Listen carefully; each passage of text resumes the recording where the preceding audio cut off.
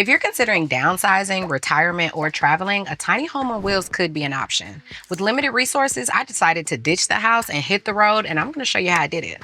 Let's get started with the kitchen. So remember, I was working on limited resources, so everything that you see here for me was a non-negotiable. When it comes to my stove, I have a 2i propane ran stove. This was important to me because my van is solar powered. If it's a cloudy day or I run out of energy, I want to make sure that I can still light my stove. And with propane, you can do that with the lighter, and the propane can also go to your furnace, and we'll get to that later. Underneath my cabinet, I have a microwave and all of my cleaning supplies. But if you come over here to the sink, I wanted a really deep sink. A lot of people, when they move out of a house, they miss those conveniences, and this deep sink does that for me. Also, the bird bath, if you're ever caught and can't get to a Planet Fitness, this really helps. Also, with the sink, the hose runs really far. And so if you need to shower outside of the door, you can, or rinsing off at the beach, little conveniences like that really make a difference. Also, I am always equipped with 18 gallons of clean water. This is really amazing because even if I run through it, I have extra water for any emergencies. Keeping a lot of water on me has not been very difficult, but if this is new, I just want you to do a reframe. Think about if you just need water for an event. You're going to go to Publix, you're going to go to Walmart, you're going to go to those big chains because they have a water dispenser. You have access to that. Also, a cheat code is keeping a water hose with you, and I always have one under here. If you're at a travel station or a location that has a water spout, you can always go in and check with them and say, hey, do you mind if I grab some water? Is this fillable? Also, if you're at a dump station or a place where you can do things like that, they usually have a spout, but they don't have a hose. Keep a hose on you at all times. And also, there are apps for these things. You will be prepared. You don't have to worry about that. As far as the wood, I really loved the contrast just against the color. Bringing some color pop in there is still a clean look. That's all preference, but my kitchen honestly functions like a studio apartment. Realistically, when I'm in my kitchen, I feel very comfortable. I cook way more in the van than I ever did inside of my home. I don't know if I'm living out my childhood dreams of like easy bake oven or, my dollhouse dreams, but I like the size of it. And I also do get to plan things out and go smoothly. Having a view also removes all the time. Sometimes I like to take my time and cook all day. Along with me being a mom, this kitchen is so perfect for my son. Him cooking, it looks like the kitchen is made to suit him. And so I've been including him with his chores and teaching him how to cook. We're navigating pancakes right now, but we're doing that, and it's just so beautiful to watch because it's all made for his size. So I love it. The most amazing part of my kitchen is honestly my cutting board. And that's because my cutting board is one of those slash items. It has a multi-purpose. This is a desk and a cutting board. Yes, cooking and making sure meal prep is there and having a great view is really important, but also I'm a mom and I don't want my child to lose the stability just because we live this type of lifestyle. So he has his desk that has a view and his chalkboard is right by him. When my son is with me, everything is pretty stable. We are either at the library or at our host family's house, and he has consistent internet and he's able to get everything he needs done. But also when he's with his dad or I'm on the road by myself, it's very important for me to have access to the same things. So I will set up here and I'm uploading my videos and I'm making sure I get the content out to you guys and getting my work done. You can make time to get your work done as well. Just pick your office for the day. That's really the hardest question that you have. Doing content creation means that I do have to get online sometimes. So I had to figure out reliable internet wherever it is that I'm traveling to. For that, I'm using internet service from ConnecTen, who's the sponsor of this video. Over here is my router, and this works really great for my situation because it's completely mobile, meaning I can take my van anywhere and I'm still able to be online. For example, my son is with his dad this weekend, so I decided to come out to St. George Island, have some me time, and enjoy the nature. So I have uploaded that footage already because I have my ConnecTen, and later this evening I'm going to get cozy and I'm going to stream some shows. ConnecTen provides coverage for 95% of the United States and Canada, so I could practically go anywhere in this van and still have internet. They use coverage from several major carriers and then they select the fastest one available. That way you always have access to the fastest internet available. This setup is perfect for me because I spend half of my time in town with my son and the other part, I'm out traveling. Moving from place to place just wouldn't make sense to get a traditional internet plan because it can't move the way my ConnecTen can. But they do also offer options for stationary homes. And because you can get internet service basically anywhere, their internet service is a great option for rural homes, especially because traditional internet services aren't provided there. They have a variety of data options that range from 50 gigabytes all the way to unlimited, so that you can find a plan that not only fits your usage needs, but your budget as well. And their customer service is responsive and helpful in case you do have any issues or questions. If you want to find out more about ConnecTen and their internet plans, check out the link in the description below this video. Thanks ConnecTen for sponsoring this video. When downsizing from a home to a tiny space, you don't have to worry about losing your sense of style or comfort. The entire space becomes a reflection of you. For example, in my kitchen, I still wanted it to feel like a regular house, a regular kitchen, a regular home. So what I did was put my kitchen on display by using magnets and zip ties. Get you some of those. You need them. My knives are hanging up here. And for my cups, I have my large mug, my glass, and my tiny mug on display, my spatulas and utensils, and my seasonings. I also chose to do a color backdrop on the wall, and I chose to use an actual home shade for the window instead of one of those metallic window covers that you see. And those were all options. By not boxing myself in, I chose to still treat my van like a home. These are home things. If you're downsizing, you're probably wondering, how am I going to fit my home into this van? And I want to tell you that the key is storage, storage, storage, but you have to be intentional with it. So all of this is storage, but the key is how you use it. For example, when you first move in, you might put things in a certain place, but I want to encourage you to move it around. You do not want inconveniences often when you're in a tiny space. Change it up to fit your needs. For example, my son is 8 and his snacks being up here did not work for me or my sanity, okay? We had to move them on the lower level. Now he can get his crackers and his oatmeal and all those things right there for him. And everything that I need to cook is up here. So all my seasonings, he's not worried too much about that.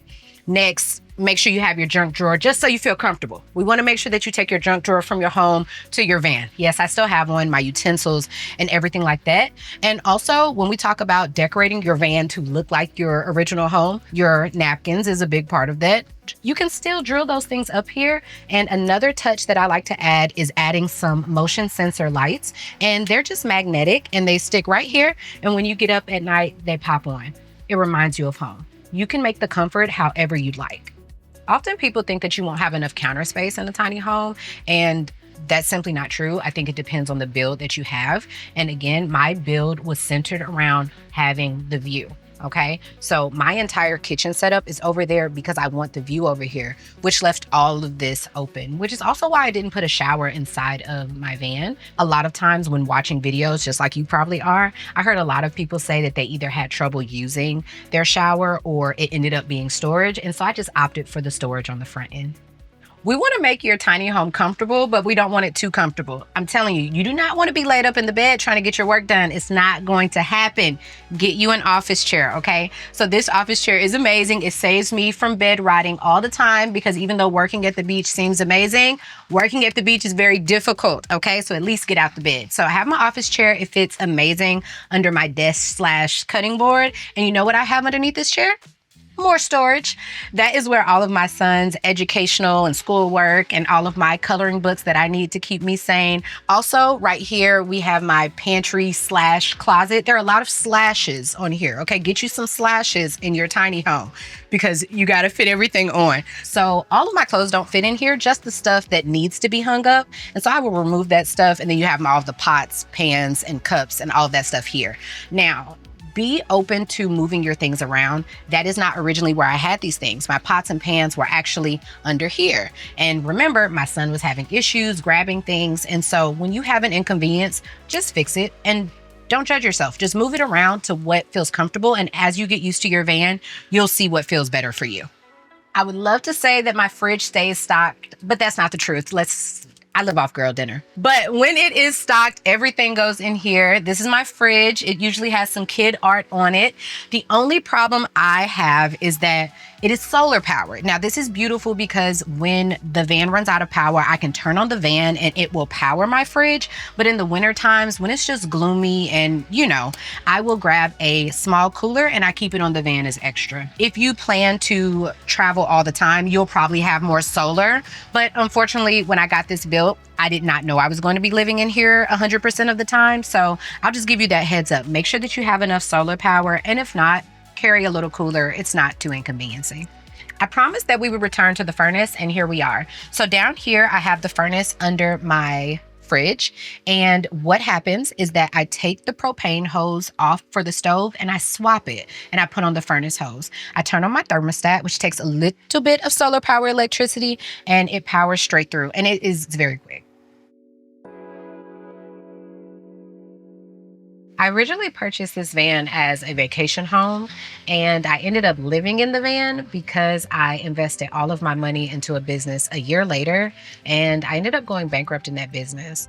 In the midst of transition financially, I needed a way to be a stable mother. I don't think that just because you go through a difficult time or need to transition from one thing to another, that your life needs to be unstable. I think that I still deserve a beautiful place to live, to feel safe, and to still have a life that I feel like I don't need a vacation from. Yes, I'm going through a lot of things financially, but who says I don't deserve to go to the beach or have a vacation? It might look different and it might be on a different budget, but this allows me to choose me and take care of me first. My quality of life should not be determined by how successful I am. Whether I'm up or down or transitioning, this is beautiful. And I love that.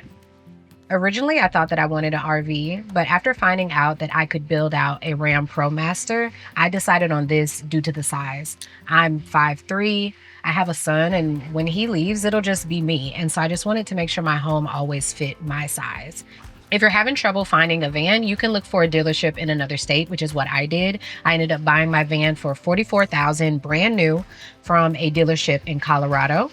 And then the builder took over from there. And so I did not actually go out and get the van until it was completely finished. My build out was $50,000, and that covered the entire design of the van. We chose what my non-negotiables were, made sure I had everything that I needed. So my monthly expenses honestly are about $1,500 a month. Most of that is my bankruptcy payment because it's $650. I told you guys I'm getting my life back on track. And so make sure that you account for that when it comes to doing your monthly budget.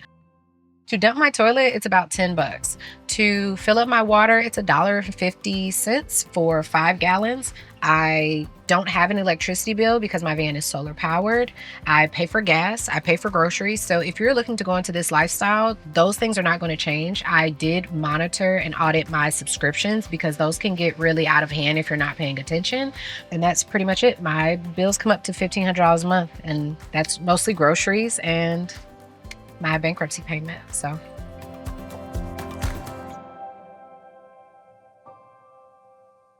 now this is the most important part of the van.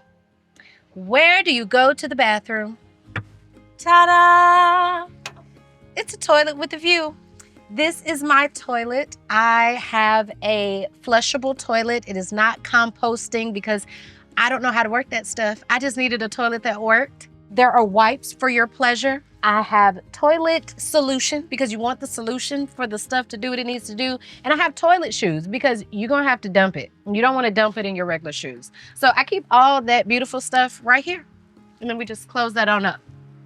All right. When we first moved into the van, this was originally a whiteboard and it had pictures, and that was great. But when we moved into the van full time, one of the most important things to me was making sure that my son did not feel any adjustment in his school life or anything like that. And so I made the decision to turn this into a chalkboard wall.